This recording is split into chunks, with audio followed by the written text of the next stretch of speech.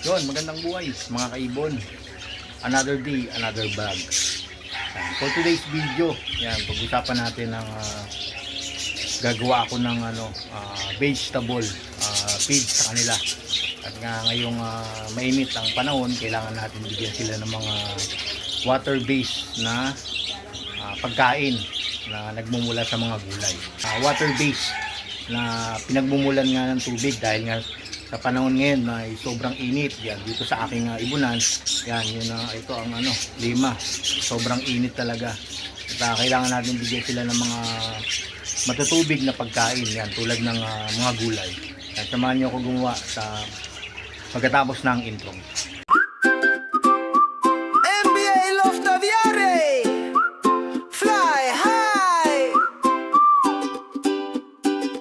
Hanap mo ba ay gabay sa pag-aalaga? Sa parakeets at lovebirds, kami ang una. MBL of Taviari, kaibigang mapagkakatiwalaan. Sulit na mga ibon, laging maaasahan. Kalapate at paraket, sabay na lilipad. Kaalaman sa pag-aalaga, dito ilalantad. MBL of Aviary, sa saya ay kasama. Gabay sa bawat pakpak, gabay sa bawat tuka. Lovebirds at parakeets, alagang totoo. MBL of Aviary, para sa inyo to. Kulay ay makulay, buhay ay masigla. Sa aming channel, kaalaman ay makuha. Tips sa pagpapakain at tamang kulungan. Sa MBL of, kayo ay tutulungan. Huwag nang mangamba, ang ibon mo'y ligtas. Sa gabay naming tapat, saya'y walang wakas. Kalapati at paraket, sabay na lilipad. Kaalaman sa pag-aalaga, dito ilalantad. MBL of Aviary, sa saya ay kasama. Gabay sa bawat pakpak, gabay sa bawat tuka. Lovebirds at parakeets, alagang totoo. MBL of Aviary, MBL of Aviary, fly high.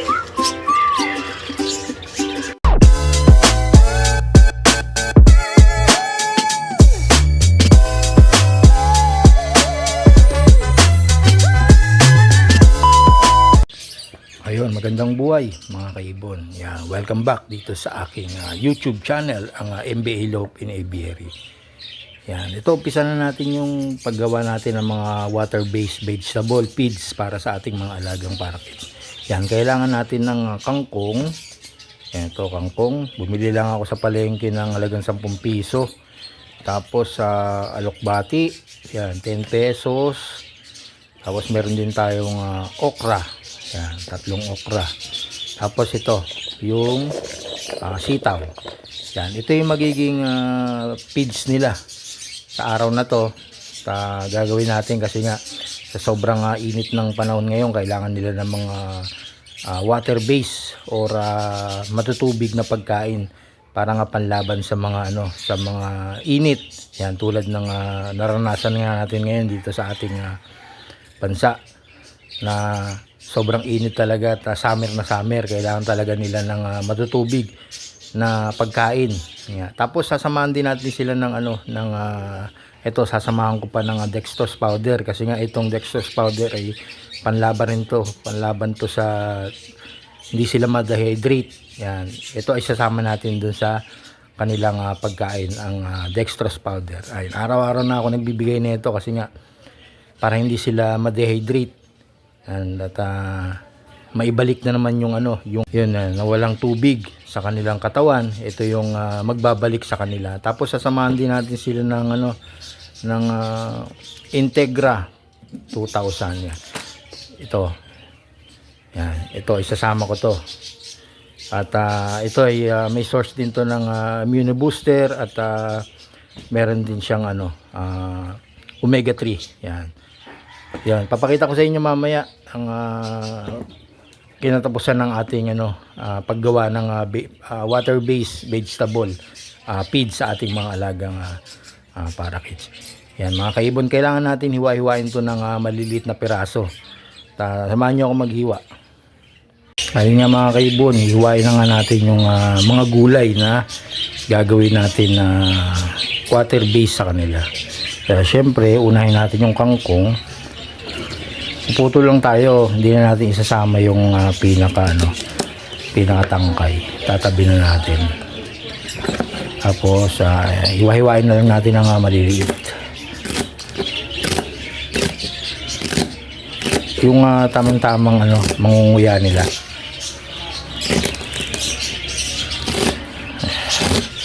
Para ito kasi kangkong, paborito ng ating mga alagang parakeets to. Nagbibigay naman ako sa kanila ng ganito 3 beses sa isang linggo. Ina-alternate ko sa sa feeds na seeds. Yan. Lagay natin sa sa isang container.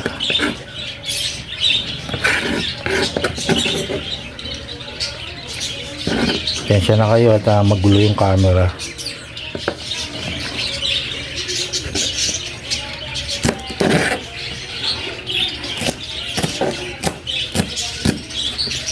Ito, pagbibigay na ito, pwede rin naman 3 beses sa isang linggo. Ayan. Kasi ito, kaya naman ako gumawa na ito kasi nga isip ako nga dahil na sobrang init ngayon, kailangan nila ng mga water based na pinagkukunan ng ng tubig para nga maibsan yung yung init na kanilang nararamdaman. Siyempre tayong tao nakakaramdam ng init. Ibon pa kaya. Dito naman tayo sa alokbate. Kinuha ko lang yung yung hindi ko na nga sinama yung pinakadulo ng alokbate. Okay ang gantong mga slice, nangunguya naman nila ito tulong na lang natin sa kanila para mabilis nilang makain.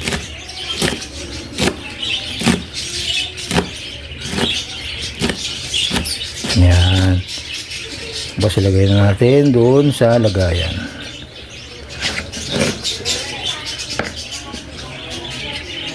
Tapos doon naman tayo sa okra.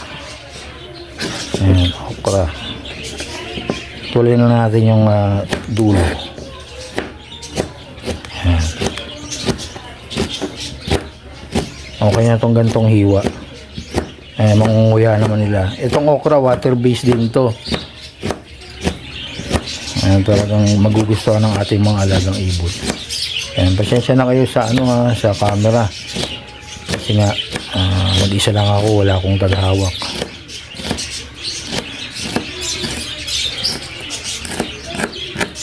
Yun. Okay. Pabilis ng yan, makain nila yan.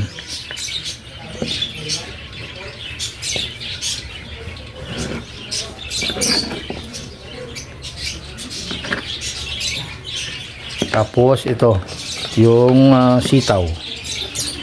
Ayan. Hiwa-hiwa din tayo ng sitaw.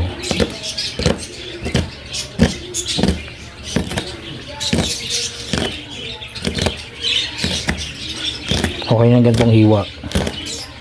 Pero kung depende na sa inyo kung gusto niyo pa yung maninipis na hiwa.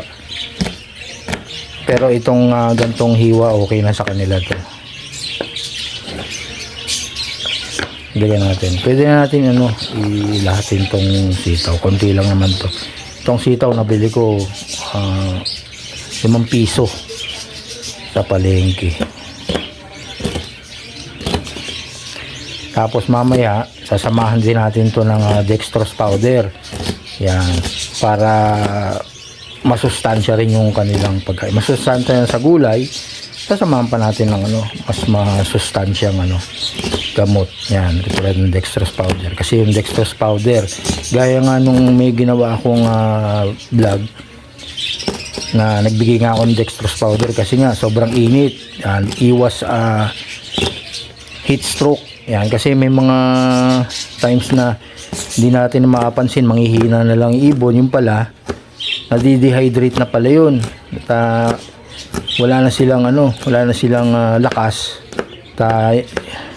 Namamatay sila. Kasi nga, hindi natin alam, may heat stroke na pala sila na sobrang init. Kaya nga kailangan, huwag natin aalisan ng tubig lagi yung kanilang kulungan. Yan, haluin natin. Ito, nagawa na natin. Hiwa-hiwa na natin yung kangkong, alokbati, okra at sitaw. Yan. Ito yung pinaka natin, ibibigay natin sa kanila mamaya. Yan. Tapos lalagyan din natin siya ng dextrose powder. Ayan, kay Ibon ito, yung sinasabi siya yung dextrose powder. Yan, bigay tayo ng 2 kutsara. Ihalo lang natin to. Yan, sama natin sa ginawa nating vegetable feeds. Yan, tapos halu-haluin na lang natin. Pwede nyo rin naman kamayin, pero iniwasan natin dumikit yung powder sa ating mga katawan kasi sayang din yun para ma-absorb na ng gulay yung ating ginawang water base na pagkain para sa kanila. Tapos maglalagay din tayo ng optional lang to kung pwede rin naman hindi lagyan ng pero ito kasi lalagyan natin 4. Gagawin natin 5. Ayan. Sarap niyan. Kung gusto nila yan. So mamaya i-serve na natin to. Doon muna to sa sa aking mga stock bird. Ayan. Tapos susunod natin bibigyan yung aking mga breeder.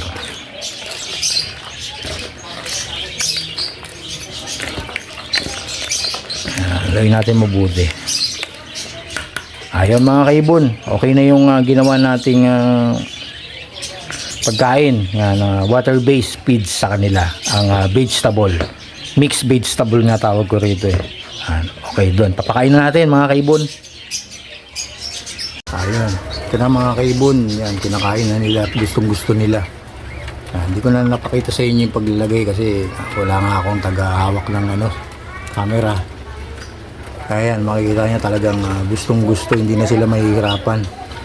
Tulad ng pagbibigay natin na may mga kasamang tangkay, nahiwa-hiwa na natin.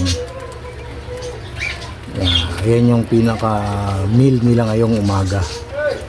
Yan, pagbibigay natin ng water-based vegetable feed sa kanila. 3 times a week ang pagbibigay ko niyan. Yan, gawin nyo rin sa inyo mga kaibon, sa inyong ibon. Kung mapapansin nyo, konti na lang yung aking mga stock bird dito kasi nga yung iba mga nai-out na. At meron ako mga bagong palabas na mga hinakay na meron kasi akong paparaming mga ibang mutation, ang Texas Clear Body at Rainbow. Kaya yung mga ibang mutation na dating nakikita nyo ay nai-out ko na. At ang ipapalit ko yung mga bago naman na mga inakay ng Texas Clear Body at Rainbow mutation. Yan, paparamihin natin uli yung aking Rainbow at ang Texas Clear Body. Yan, kapansin niya talagang gustong gusto nga ng ating mga alagang parakeets. Yan, kompleto na yung sustansya niyan kasi nandiyan na yung yung mga gulay na pinagmumula ng tubig tulad ng kangkong, alokbati. Yan, tapos meron tayong okra at sitaw. Yan, samahan pa natin ng ng dextrose powder at Integra 2000. Yan, talagang gustong-gusto nila, hinihimay-himay talaga nila yung pagkain ng mga gulay. Kaya nga sabi ko, sa pag-aalaga ng ibon, syempre, give and take lang yan. Kung gusto natin bigyan tayo ng ating mga alagang ibon ng maraming painakay na magaganda, ay bigyan din natin sila ng mga masustansyang pagkain tulad nga na itong mga gulay.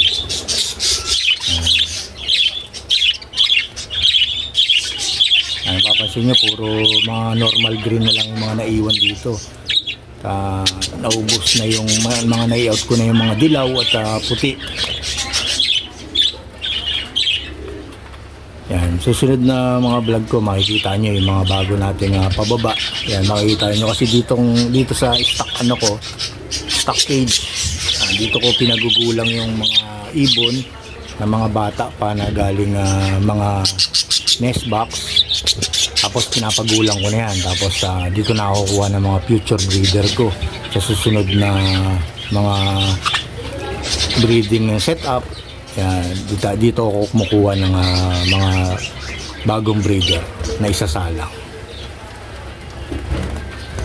Yan, tapos dun sa tubig nila nagbigay na rin ako ng dextrose powder. Yan, sinamahan ko na rin yan ng dextrose powder. Kailangan na malinis na tubig. Yung dextrose powder, kailangan 5 hours nyo lang yan na ibababad sa kanila kasi nga napapanis yan, tsaka naiiputan. Oras na hindi natin napalitan na naging panis na o nataihan, pwede silang magkasakit. Yan, mag-uumpisa sila sa diarrhea. Yan, pagkatae, tapos mapapansin nyo, maghihina na lang.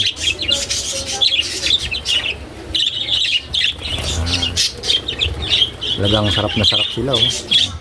Mga kaibon.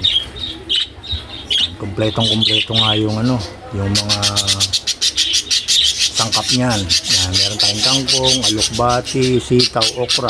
Tapos meron Integra 2000 at dextrose powder. Yan, talagang masaya sila sa pagkain nga ng ginawa nating gulay. Yan, gawin nyo rin yan mga kaibon sa inyong kaibunan. At magugustuhan nga ng ating mga alagang ibon. Yan. Hindi lang sa sa parakeets, pwede rin to sa mga ibon natin na kakatail at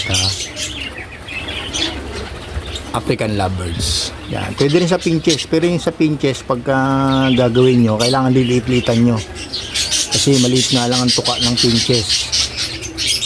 Ang gagawin nyo lang, ninipis-nipisan nyo na lang kasi tulad na ito talagang saktong-sakto lang to sa sa mga parakeets.